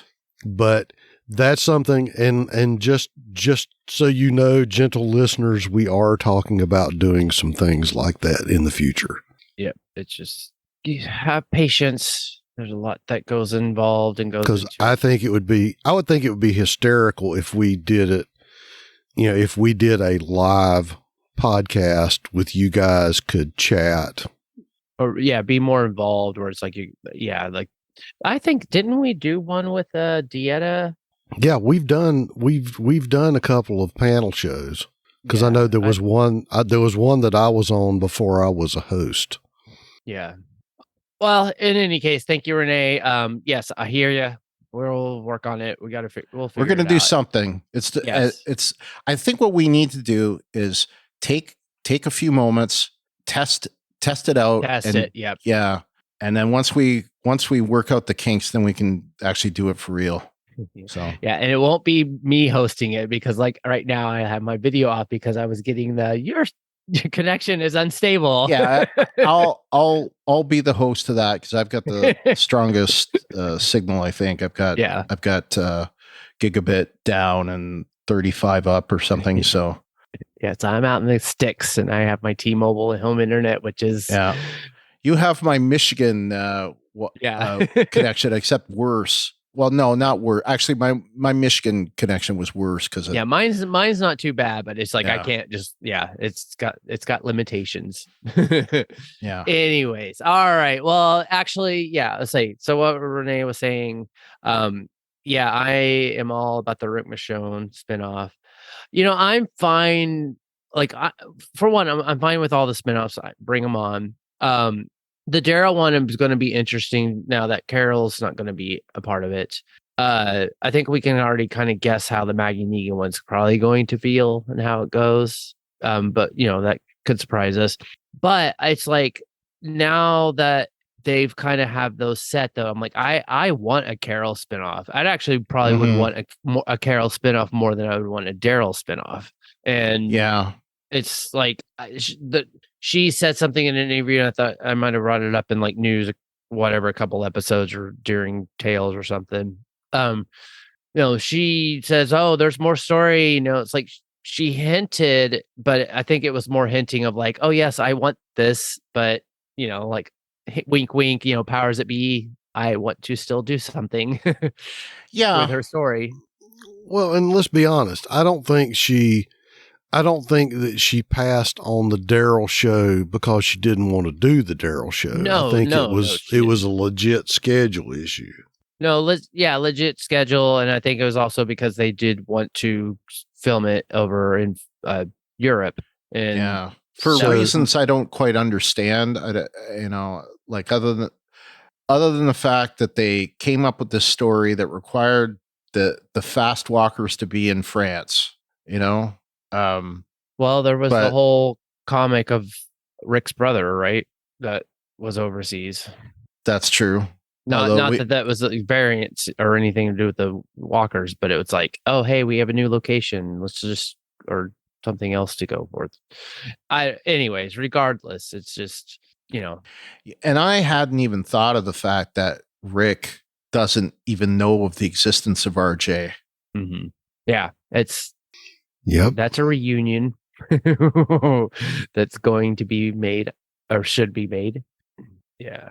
Oh, all right. Well, thank you, Renee, as always. And yes, I wish I could sell you all my pepper powders, but I'm limited to only being able to ship within the state of Illinois right now.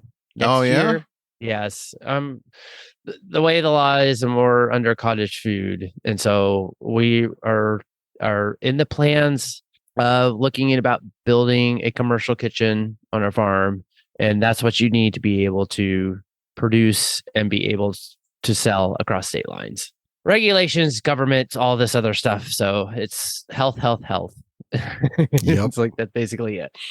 But yeah, stay tuned though, because that is something we're working on, and I wish that we could let you buy my products and the great powders that we're making.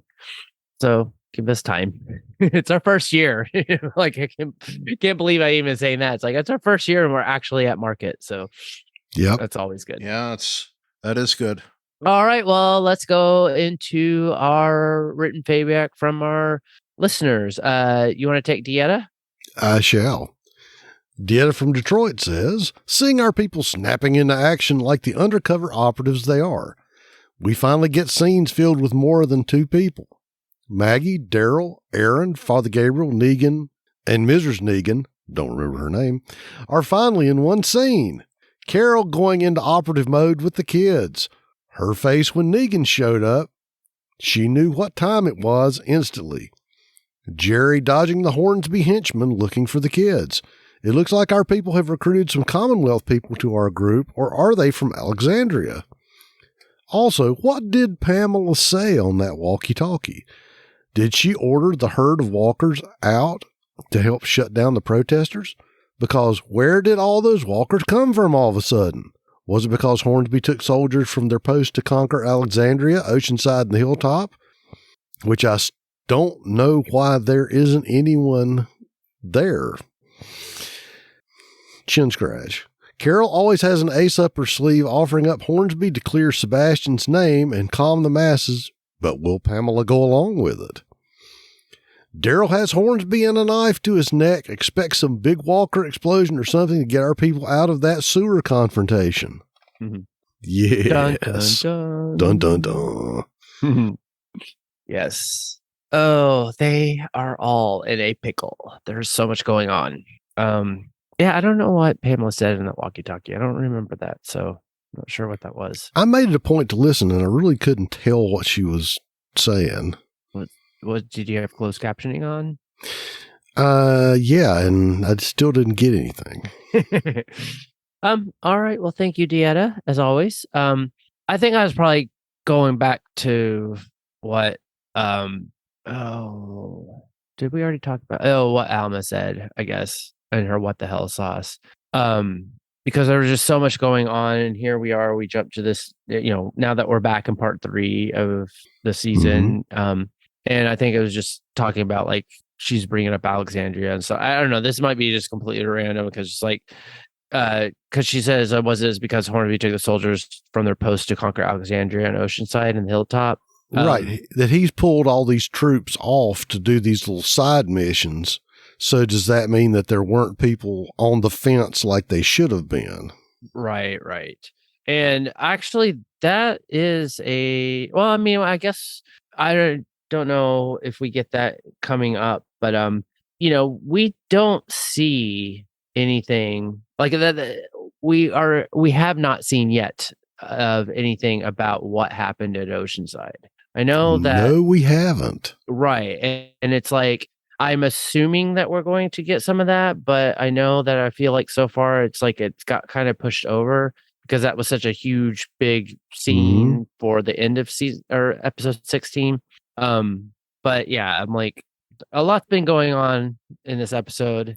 I think we had to have what happened happen first before we find out what happened to Oceanside. Yeah. Okay. Agreed. There's just so much going on, and just so glad that it's all back. Anyways, all right. Next, let's take Mike from Asheville. Mike from Asheville says, "This was a nice welcome back. Action all around. The escalation inside the city with the protests. Lance's goons hunting down the children. I really hope each of these episodes is nonstop. Let's go out with a bang. This episode started us on that path." All right, Alma from Sacramento says, "So happy to be back, and the episode starting off full throttle is everything that I was hoping for. I hope they keep up the momentum. It was great seeing so many of our people in one episode. Look forward to tuning in."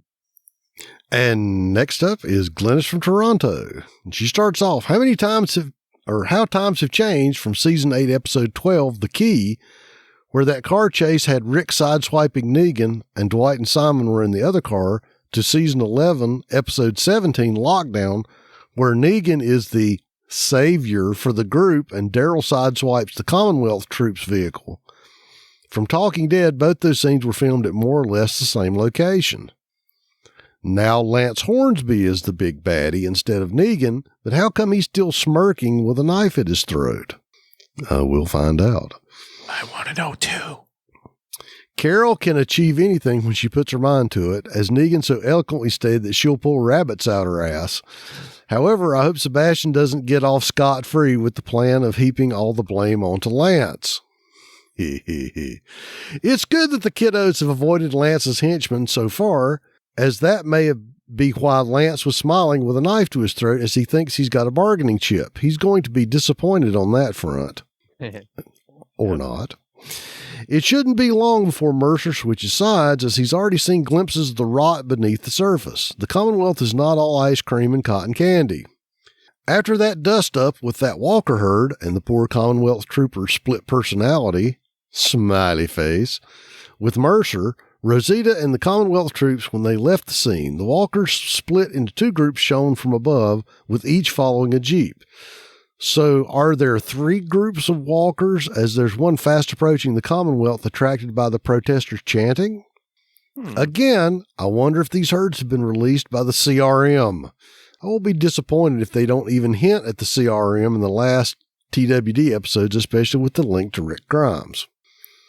Yes. All these 3-time spinoffs. Still think it would have been better to just had one spinoff, for example, The Walking Dead Aftermath, and have the main core group make an appearance at opportunistic times through, say, a 2-season series wrap-up of The Walking Dead, with Negan, Carol, Maggie, Daryl, Rick, and Morgan, Dwight, and Madison showing up too.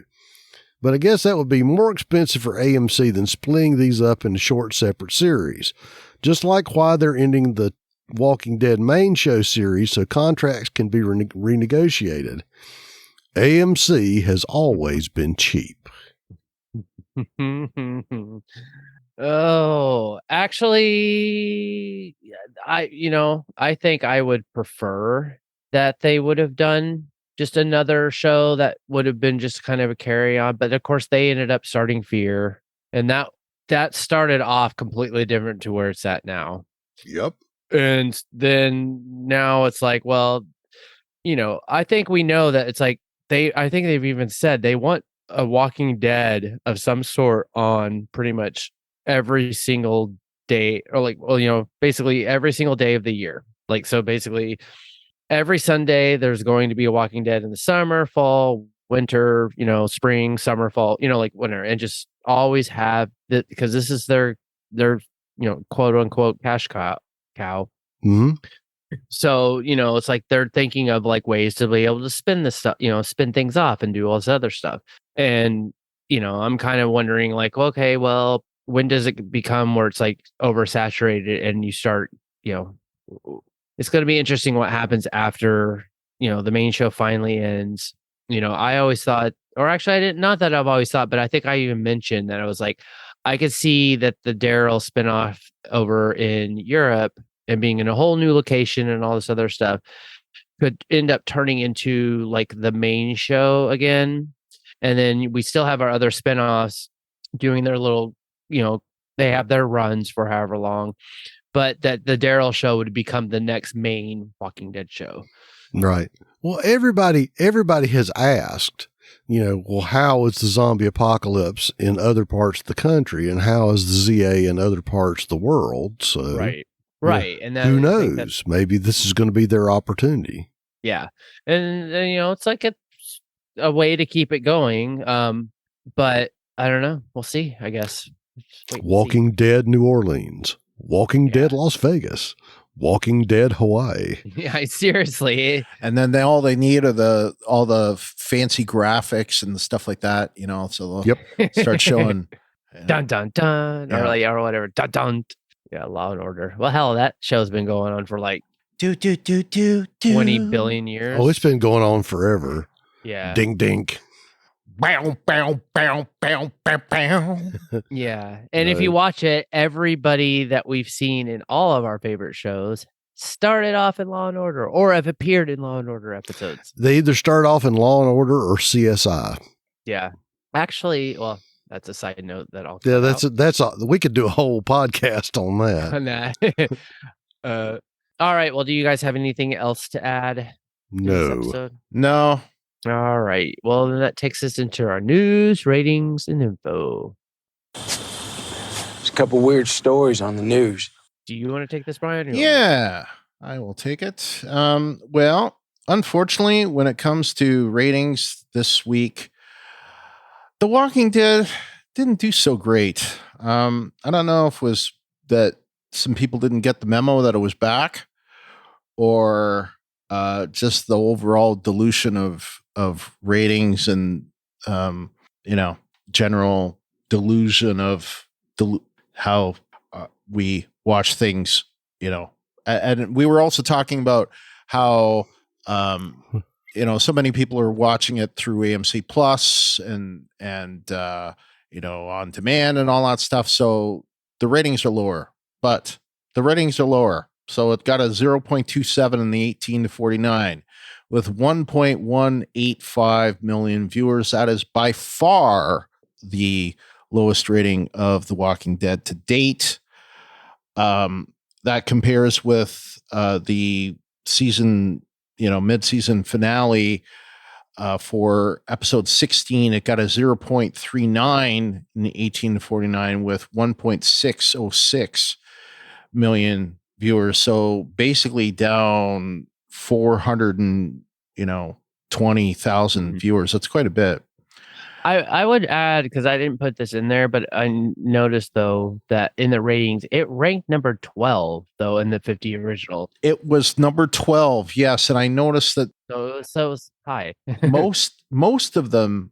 Well, that's compared to when it used to be like number 1, 2, or 3. Well, right, but now most of you have to put it into context that this is going on during football season, and Major League Baseball is in the middle of playoffs. So that did show up. The the number one drama of the night was in the number 4 position of House of the Dragon, which I was curious to see how, how the ratings are for House of the Dragon versus, Game of Thrones.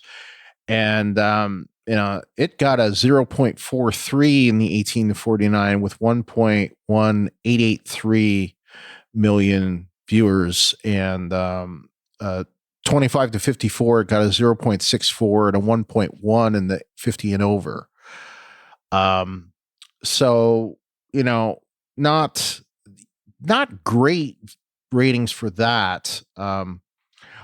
We didn't say it earlier, but The Walking Dead got a 0.42 in the 18 to 49, 0.42 in the 25 to 54, and a 0.7 in the 50 and over. And that's versus last time, which it got a 0.060 in 25 to 54 and a 0.9 in the 50 and over.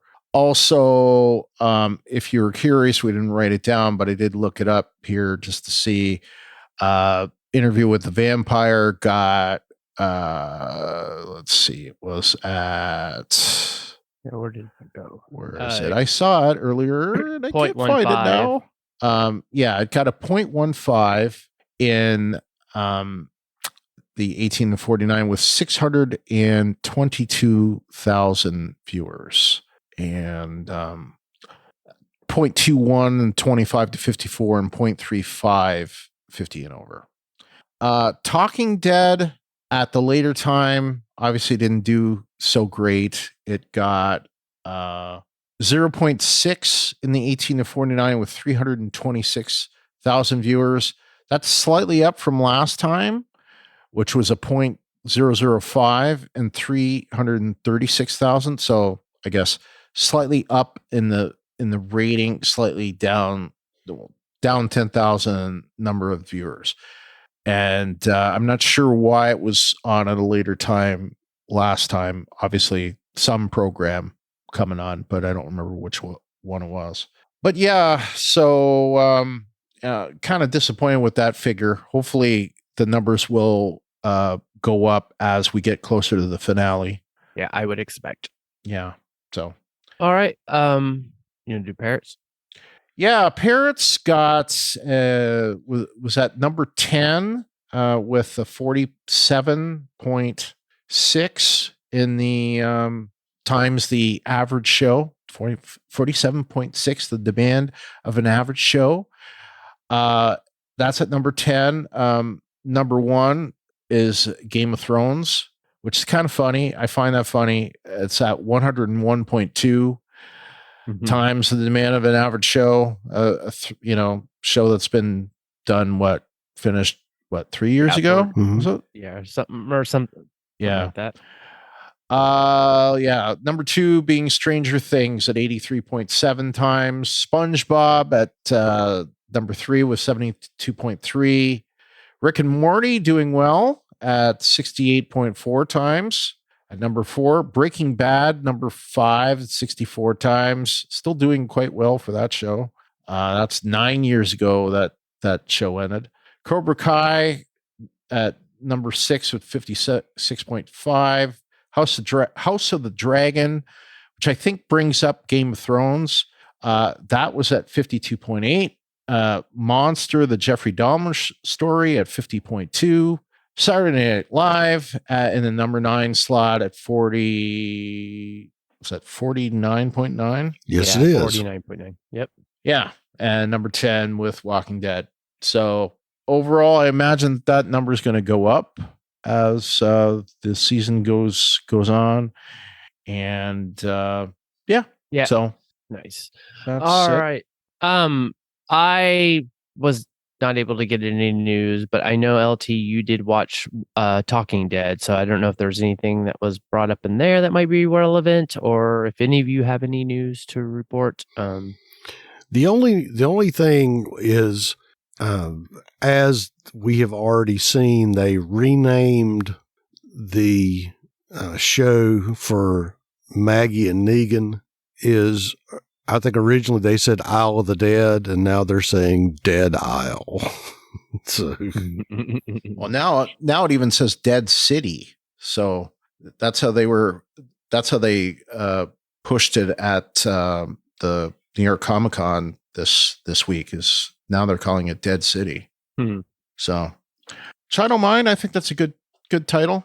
Yeah, it works. Especially when they're talking about it's going to have have all these things going across buildings and stuff like that. That's going to be cool. Yeah. Yeah. Like kind of like Divergent or something where they had the little, whatever those little things were with the little. Well, it's going to be interesting to see how the live denizens trapped in New York City have adapted to survive. Always. All right. Well, if that was all we had for our news, that leads us into, okay. If that's all we had for our news, then LT, you want to tell people how to interact with us? I will. I shall. We want to encourage you to follow us on Twitter and Instagram. That's at Walking Dead TTM.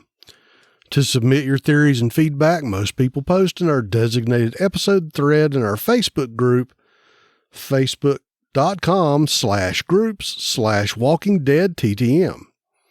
You can send us email. That's walkingdead@talkthroughmedia.com. You can also use our feedback form on the webpage. That's at talkthroughmedia.com/feedback. If you'd like to leave us voicemail, remember you can call 216-232-6146. And all of our new episodes are on YouTube. Just search for Talk Through Media and remember to subscribe and click that bell to get notified when we have new videos. Those videos go out first before the podcast does. And to support us, like and review the Talk Through Media Facebook page. You can find that at facebook.com/talkthroughmedia. And as always, the best way you can support us is in our Patreon. You can find that at patreon.com/walkingdeadtalkthrough. And we would like to thank our Patreon supporters, Mike Rollo, Scott Kerr, Renee Murray, Dieta Patterson, that guy over there, Lawrence Todd. Hello. And this guy, me, Kyle McAdams. Remember that Mike, Scott, Dieta, and Renee will be getting an early episode of a version of the episode this week. You can subscribe to us in Apple Podcasts or your podcast client of choice. And while you're there, give us a rating or review. You can also leave us a review at podchaser.com. There you can actually rate individual episodes or the whole podcast. And as always, remember to share our posts on Facebook and Twitter when we post them, or tell a friend. Word of mouth is the best way to get us new listeners. All right. Well, Brian, where else can be listened to on the pod or on the network? Well, we've been behind on the Star Trek podcasts. So as it's a similar tale to what we were talking about before. But I just, the night that we're recording this, October 10th, I finally released episode 9 for Strange New Worlds, which was, unfortunately just took a while to get that one out, but that one's done. My schedule should be freeing up just a little bit now, so hopefully we'll start getting the episodes out a little more regular. And we've got Lower Decks, which has been great again this season. So that's going to be fun to cover. We've recorded the first 4 episodes. For 3 and 4, we're doubling them up. So going forward, 5 and 6, 7 and 8, 9 and 10 of Lower Decks, we're going to do cover 2 episodes in one, to help, get us caught up. And then the plan is after that, we'll have, Prodigy will be coming back, and that'll be out, and Kim and James will be on that. And then after that, we'll, release the Picard. We'll do the Picard episodes and get caught up on that. And we should be caught up on that by the time season 3 of Picard gets started. So, LT and I, and hopefully bring back a third host on that. And so we got a lot going on with Star Trek and a lot to catch up on, and hopefully we'll be starting to catch up on that as we go. Also, the Deep Space Nine podcast with James and Kim has been going strong, been going weekly. They're deep into season 5 at this point of Deep Space Nine. So that's at Rebinge Deep Space Nine. That's part of the all-inclusive feed. So you got, all the Star Trek podcasts and the Walking Dead talk through. And you already know about this podcast, so I don't have to say anything. All right. Awesome. It'll be nice of everything.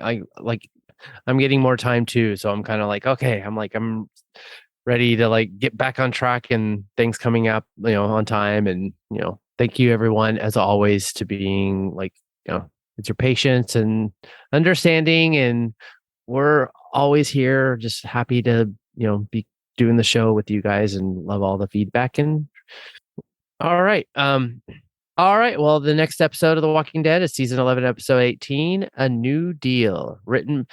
I looked this up, and I probably could have gone to AMC to watch the show to figure it out. But it said stories by Corey Reed. So it was written by and teleplay by Corey Reed and Kevin Diebold. And it was I'm not sure what that means. It should be written by Corey Reed and Kevin DeBolt. Directed by Jeffrey F. January, which seems like that's a new name. No, it's not new. He used to be director of photography on some of the early seasons of The Walking Dead. But is this his directorial debut? No, he's directed before, but it's been a while. But I have seen his name. Okay. Yeah. I was kind of looking it up, and I'm like, I don't remember seeing this name before. But been a while. Yeah. Description from AMC Plus is our survivors make a deal with Pamela for a clean slate. The Commonwealth celebrates Founders Day. So until next time, I'm Kyle. And I'm LT. And I'm Brian. And this is The Walking Dead Talk Through. Good night, everyone. Good night. Good night.